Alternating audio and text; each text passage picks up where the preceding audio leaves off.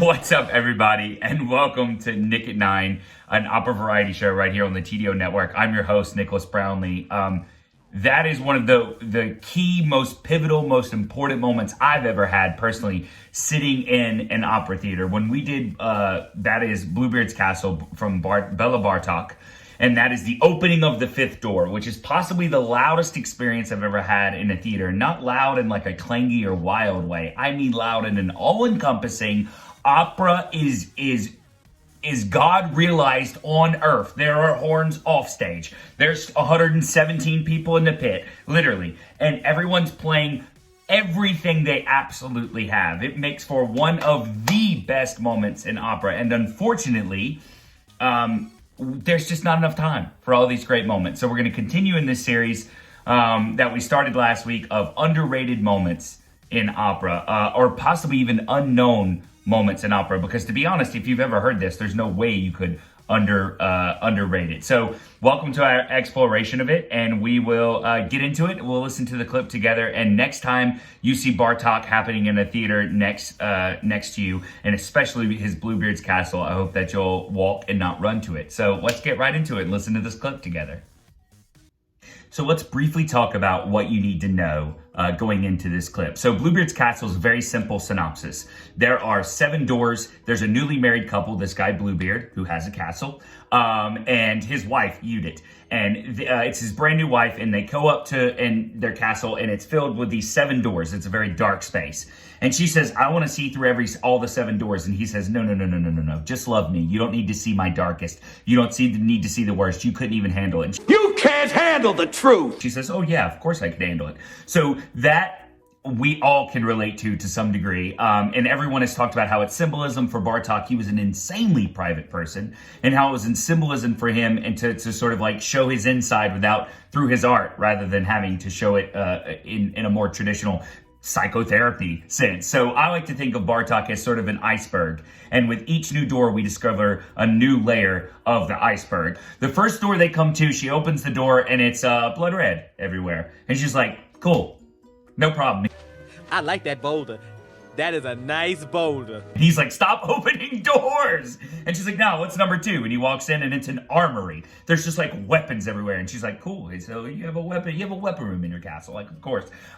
Who knows how she felt about gun control? You know what I mean? It's her business. And then the third door is the treasury. And she opens, and there's just gold everywhere. And she's like, cool. So there's a torture chamber, and then there's your armory, and then there's gold. Normal, like it's a big house, happens. And then the next part she finds these streams, these bluish golden streams of Lake of Tears, which is cool, fine, happens, right? And then we find ourselves in the 5th door, which is the kingdom. Which is him. Finally, the light floods the place, and she looks on the veranda. And for me, if you're talking about a deep dive into psychology, for me, it's the moment, no matter how much we beat ourselves up, no matter how sad we get, no matter how much we think we're worthless, there is always, hopefully, a little light in us that thinks it's going to be okay. There's always a little, whether it's through your spirituality, through your meditation, through your mindfulness, through your third eye, through whatever it is, no matter how dark things get, we hope that there's this light in us. And we can only hope that our light burns as bright as Bartok's does in this 5th door. Now, things deteriorate pretty quickly from there, but for now, let's keep it light and hopeful. And let's listen to this clip together. Now, one of the things that you sort of immediately notice if you're a big YouTuber like I am, you immediately notice this is at the Proms. So this is in the Coliseum, this huge venue. And the Proms is sort of a rough and rowdy event.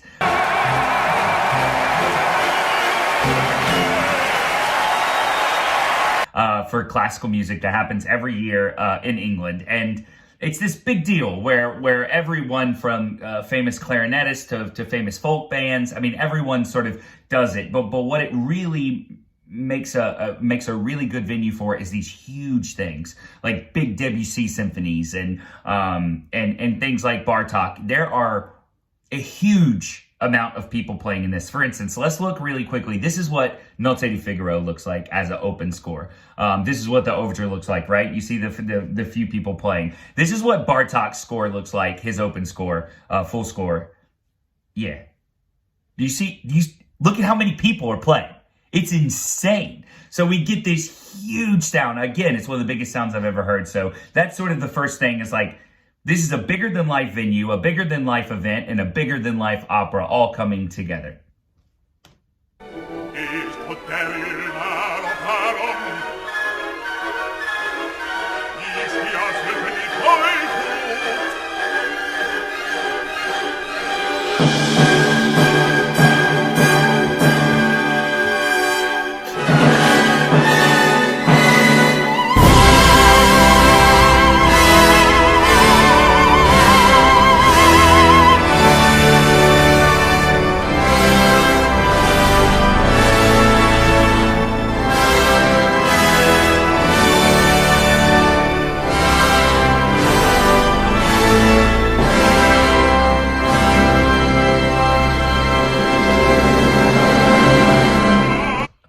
So, listen, I know I get excited, but that to me is one of the most majestic, incredible uses of employing an orchestra to get the absolute maximum amount of sound that you can get here. I'm going to butcher his name, but Juha-Pekka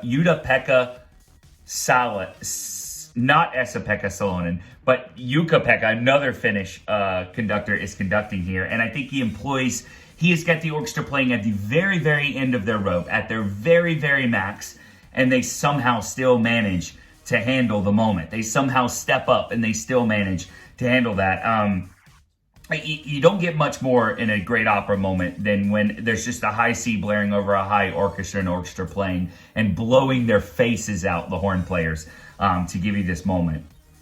For me, the reason that I think this moment is so big, other than its bigness, is that so much of what we've heard in the first 40 minutes of this opera, it's about an hour-long opera, is we've heard nice little Sprechstimme-y small moments. This is the first full employment of the full orchestra. And something also very important to allude to here is the employment of an organ by Bartók. Organs aren't used a ton in opera. There are organ-like sounds, like how you think Salome, and of course, the later opera gets, the more the organ is employed.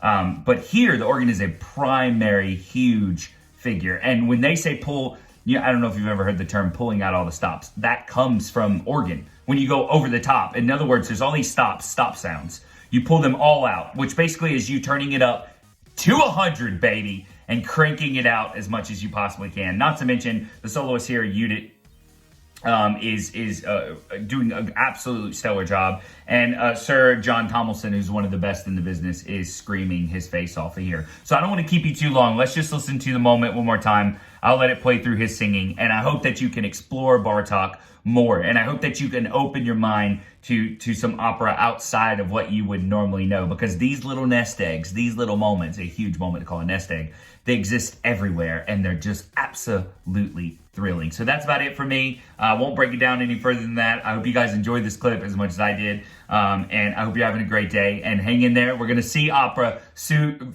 I can see the light on the other side of the tunnel, which is very exciting. So hope you guys enjoyed this. Bartók's the man. Peace out.